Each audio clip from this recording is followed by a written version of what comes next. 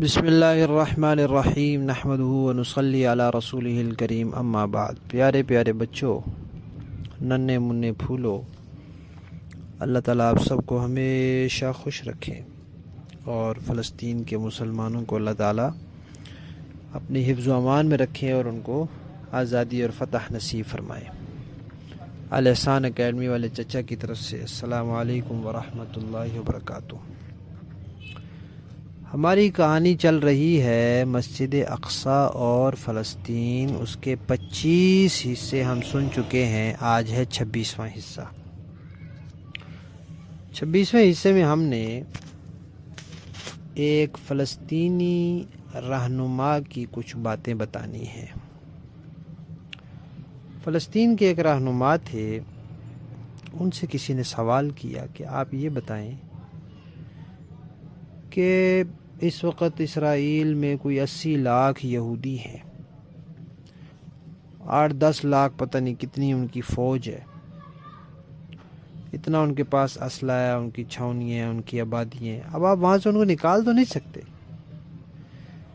تو جب آپ یہودیوں کو وہاں سے نکال نہیں سکتے تو پھر آپ لوگ اتنی قربانیاں کیوں دے رہے ہیں؟ اتنے لوگ شہید ہو رہے ہیں، اتنے زخمی ہو رہے ہیں، اتنے گھر تباہ ہو رہے ہیں، یہ کیوں آپ اتنی قربانیاں دے رہے ہیں؟ اتنے گرفتار ہو رہے ہیں۔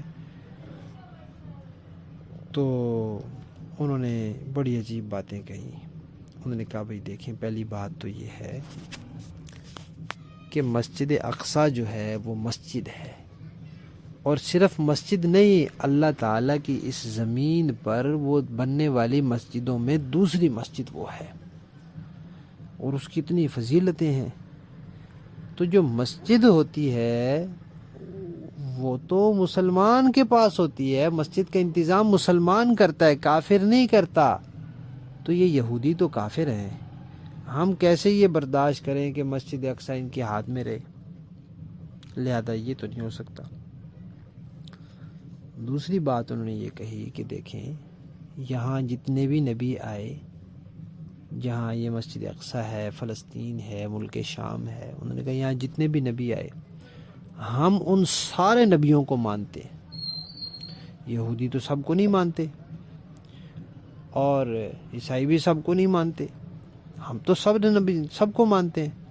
لہذا ان کے وارث پھر ہم ہیں، اور ہمارا حق بنتا ہے کہ ہم یہاں اس کا انتظام سنبھالیں۔ اچھا، تیسری بات انہوں نے کہی کہ بھئی دیکھیں نا، اللہ تعالیٰ نے اس جگہ پر سارے نبیوں کو نبی پاک صلی اللہ علیہ وسلم کے پیچھے کھڑا کیا تھا، تاکہ پتہ چل جائے کہ اب اس جگہ کے امام باقی نبی نہیں ہیں، نہ ان کے امتی ہیں، اب نبی پاک صلی اللہ علیہ وسلم ہیں، اور پھر ان کے بعد ان کی امت کے لوگ ہوں گے۔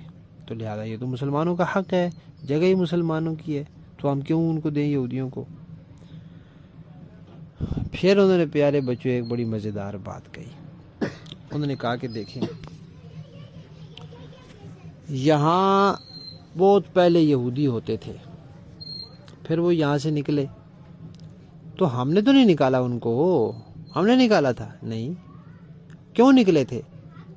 وہ اپنے غلط کاموں کی وجہ سے نکلے تھے۔ اللہ تعالیٰ نے ان سے کہا تھا کہ اگر تم اس طرح کے غلط کام کرو گے تو پھر اللہ تعالیٰ کوئی بندہ بھیجیں گے جو تمہیں مار مار کے یہاں سے نکالے گا۔ تو انہوں نے وہ غلط کام کیے، تو اس لیے اللہ تعالیٰ نے ان کو وہاں سے نکالا تھا۔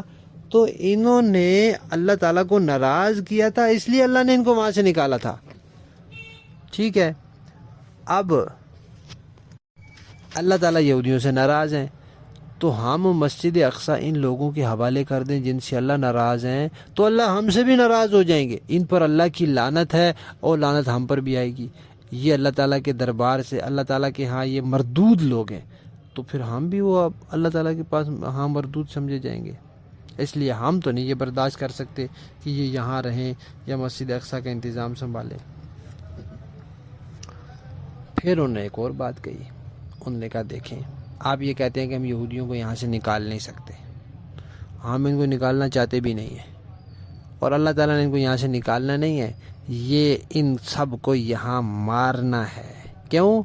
وہ کہتے ہیں اس لیے کہ نبی پاک صلی اللہ علیہ وسلم نے فرمایا تھا کہ قیامت کے قریب سارے یہودی اس جگہ جمع ہو جائیں گے جہاں انہوں نے قتل ہونا ہے. تو اب یہ سارے یہاں جمع ہو گئے ہیں، اب انہوں نے قتل ہونا ہے، ان کے ساتھ لڑائی کرنی ہے، ہم نے جہاد کرنا ہے، ان کو ختم کرنا ہے، بھگانا تو نہیں، ان کو یہاں سے بھیجنا تو نہیں ہے، ہم نے ختم کرنا ہے ان کو. تو آپ یہ دعا کریں کہ یہ جلدی ختم ہو تاکہ جلدی جان چھوٹے ہماری. تو دیکھ لیں پیارے بچوں، کتنی اچھی باتیں کہی ہیں انہوں نے، اور بات بالکل ٹھیک ہے کہ وہاں کے مسلمان اتنے بہادر ہیں، اتنے غیرت مند ہیں اور اتنے پکے مسلمان ہیں کہ وہ سمجھتے ہیں کہ اگر ہم چپ ہو جائیں گے، خاموش ہو جائیں گے، یا اس بات کو مان لیں گے کہ ٹھیک ہے یہودی بھی یہاں رہیں، وہ مسجد اقصیٰ کا نظام سنبھالیں، تو پھر اللہ تعالیٰ ان سے ناراض ہو جائیں گے. ٹھیک ہے پیارے بچوں، تو ہماری یہ کہانی مسجد اقصیٰ اور فلسطین اس کا 26واں حصہ ختم.